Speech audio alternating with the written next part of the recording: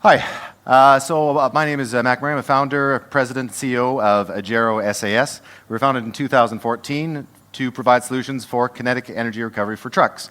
So anyone who's watched F1, anyone who's watched Le Mans, you're familiar with this. I have a speeding big mass that I'm going to slow down. Rather than wasting all that energy as heat, I'll try to recover some of it and then use that as boost to get going again.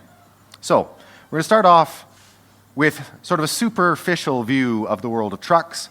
And then we'll get into the devil being in the details and why the world is not covered at the moment with kinetic energy recovery solutions for trucks.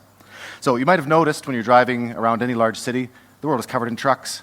We have this wonderful distribution model where everything has to go to a hypermarket, which is in a city. So you have to deliver with a 50-ton vehicle in a city, which doesn't make any sense, but that's the way it is. So this is a lot of energy being accelerated and decelerated nonstop during the day, wasting vast amounts of resources. Here we have some numbers, 75% of all the goods that you can go buy at these hypermarkets come there via a truck. If you're driving 20,000 kilometers a year, you consume 1,600 liters per year. Many trucks do 10 times that. 200,000 kilometers a year is nothing to even be surprised at. If we save 25% with KERS, look at all the wonderful things we can do. We can drive around the Earth 258,000 times. It's magical. So we can also, because of the linear relationship, basically, between CO2 emissions and fuel consumption, if you reduce consumption of diesel fuel or whatever you're burning, we'll reduce your CO2 emissions by 25%.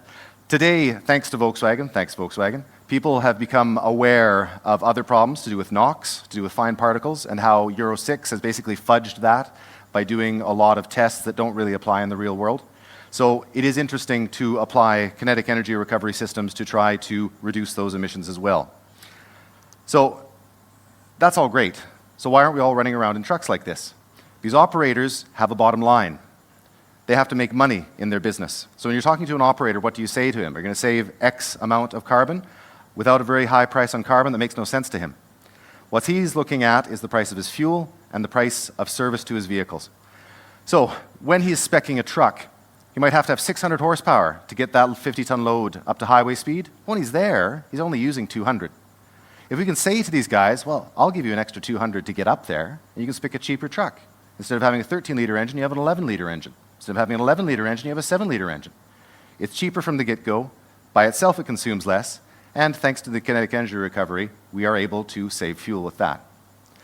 If anyone here drives a Prius, you'll notice you don't change your brake pads very often because you're recovering a lot of energy. Same thing here. The brake pad service on a truck can run thousands of euros, so that's an important thing to point out to people. And so you get people's ear. Now, this is where we get into the devil being in the details. A lot of trucks are semi-trailers. Where do you put batteries or capacitors on the tractor unit? There's no room, so we don't put it there. We put a control unit on there and another one on the trailer, and we use a system of ultracapacitors underneath the trailer to provide the energy. And where does the energy come from?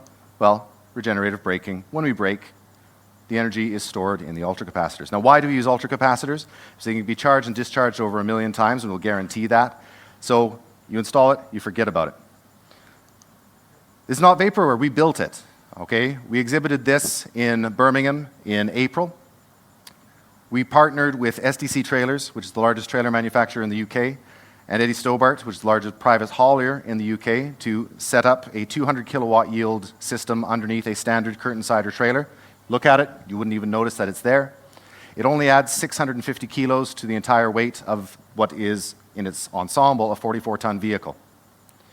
So this is what you would do for the combined vehicles. But of course, you have the straight trucks, you have the rigid lorries. So what do you do for that? Well, we just install it in the driveline.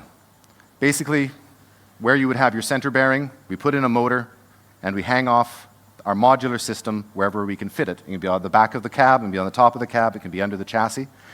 This is the interesting thing with our system, is it's modular. On the Stobart system, we have 5 modules in series for 800 volts because we are going 90 kilometers an hour in a 44-ton vehicle, and that's a lot of energy to capture. If I'm running around with DHL in a city and my maximum speed is probably about 30 kilometers an hour, there's not as much energy there. The vehicle is also lighter. It's 12 tons. It's not 44 tons. And so that allows us to do a lot of interesting things.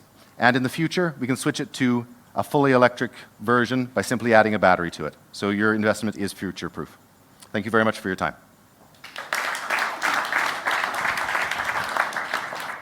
Mack, do you want to tell us who your supplier is of your ultracapacitors? Yes, thanks. Our supplier is Skeleton Technologies. We're very happy to work with them. They have been a wonderful partner because I came to them with the specs and they built us the module that we use and that we have worldwide exclusivity over. So we're very happy to have them as a partner. Why did you choose a Skeleton? Do you want the nerdy reply or the? Okay, there's a very low ESR in the cells, extremely low and very high energy density compared to the competitors, and they're really nice guys. Yeah. All right. Who knows Skeleton in the room? Raise a hand. Okay. Right.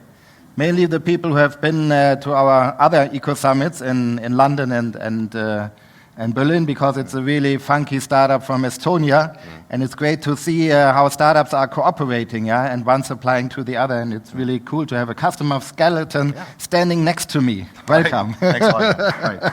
Thank you.